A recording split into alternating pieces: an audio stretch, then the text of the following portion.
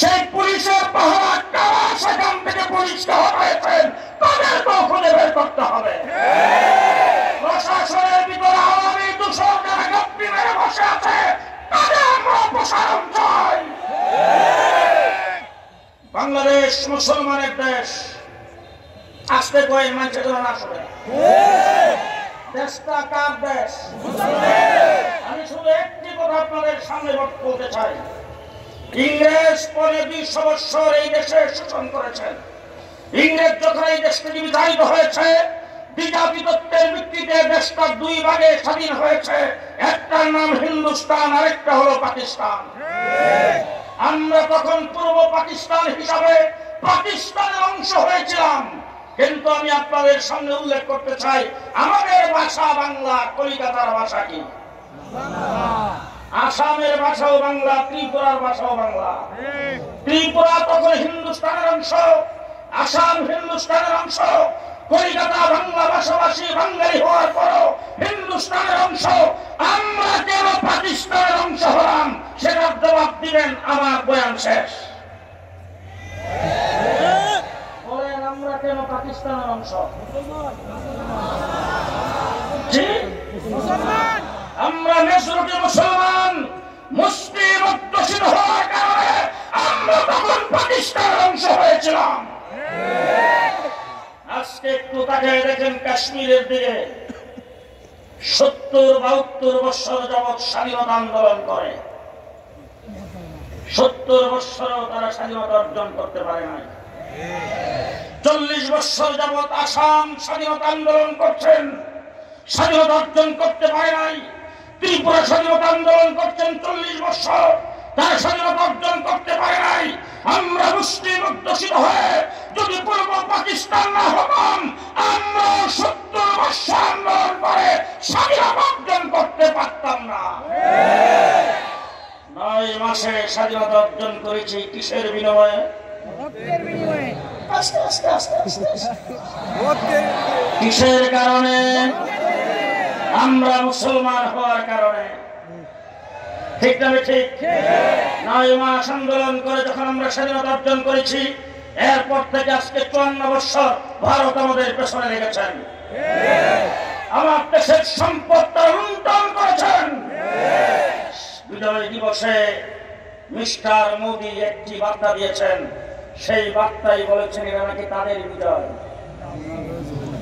পরিষ্কার ভাষায় বলতে চাই, মিস্টার মোদি সাহেব, বাড়াবাড়ি করার আগে একটু আফগানিস্তানের দিকে তাকাবেন। বিশ্বের সবচেয়ে বড় পরাশক্তিতে আফগানিস্তান থেকে এইভাবে বিদায় করে দিয়েছে, আপনাকে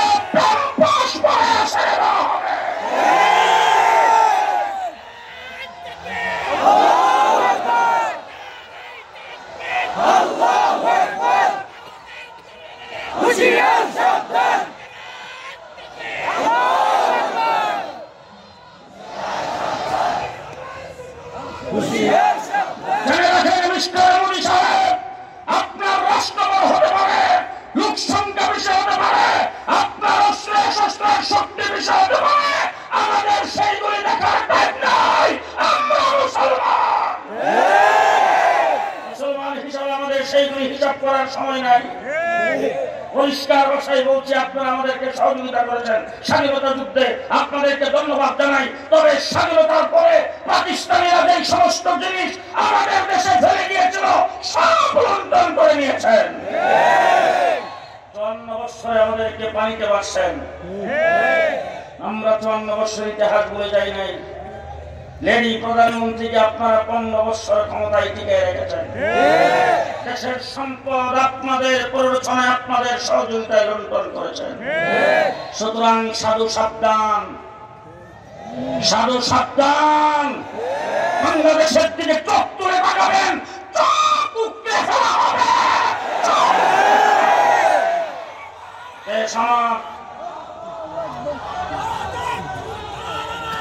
শেষ কথা আমি আপনাদের সামনে বলতে চাই, শেষ কথা আমি আপনাদের সামনে বলতে চাই, মুসলমান হিসাবে আমরা স্বাধীন।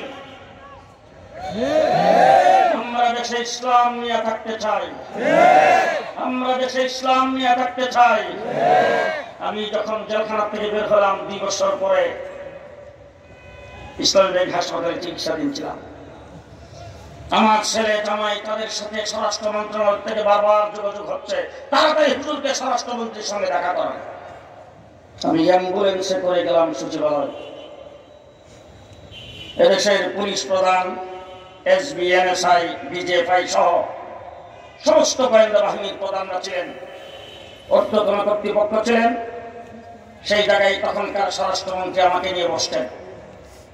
বৈশাখ প্রথম যে ওয়াজটা দিচ্ছেন সুন্দর মতো ওয়াজ হলো, এমন একজন ধার্মিক মহিলা পাইবেন তো? দেখেন না, মাথার কাপড় কোনোদিন ফেলায় না, এ পর্যন্ত ব্লাউজ পরে, 5 ওয়াক্ত নামাজ টাইম মতো পড়ে, কোনোদিন তাহাজ্জুদ কাজা নাই। ফজরের নামাজের পরে কোরআন তেলাওয়াত না করে যিনি কোনো কাজ করেন না। গণভবন যখন দখল করা হয়েছে, মদের বোতল পাওয়া গেছে, কোরআন শরীফ পাওয়া যায় না। আল্লাহ পাক আমার মনে হয় তাদের কথাই কোরআন শরীফে বলেছেন, وَمِنَ النَّاسِ مَن يَقُولُ آمَنَّا بِاللَّهِ وَبِالْيَوْمِ الْآخِرِ। যারা আল্লাহর উপর ঈমান আনছে, আখিরাতের উপর ঈমান আনছে, আমরা তো মনে করি তারাই মুসলমান। কি বলে? আল্লাহ সার্টিফিকেটটা কি দেয়? ওয়ামা হুম বিমুমিনিন। তারা মুসলমান না, তারা মুমিন না। তাদের কামরা কি? ওই যে এত পর্যন্ত বেলাজ করছে, মাথার মধ্যে ঘুমটা দিছে, হাতে তসবিহ নিয়া মাথায় হিজাব পরে, তারপরে শপথ বাক্য উচ্চারণ করেছেন। আর ওই যে বক্তৃতায় দাঁড়ায় বলছে লাকুম দীনুকুম ওয়ালিয়া দীন, বুখারী শরীফের হাদিস। যা কিছু করছে সবকিছু মানুষকে, আল্লাহকে এবং মুসলমানদেরকে ধোঁকা দেওয়ার জন্য।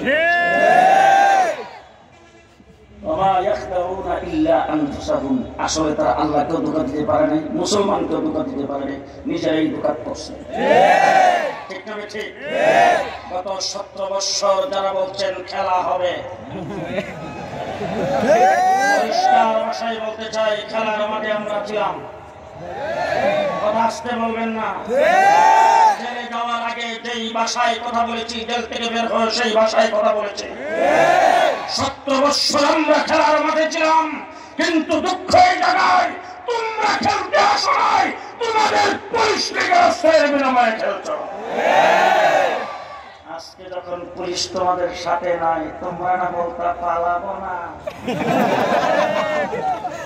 এখন গেলা কোথায়?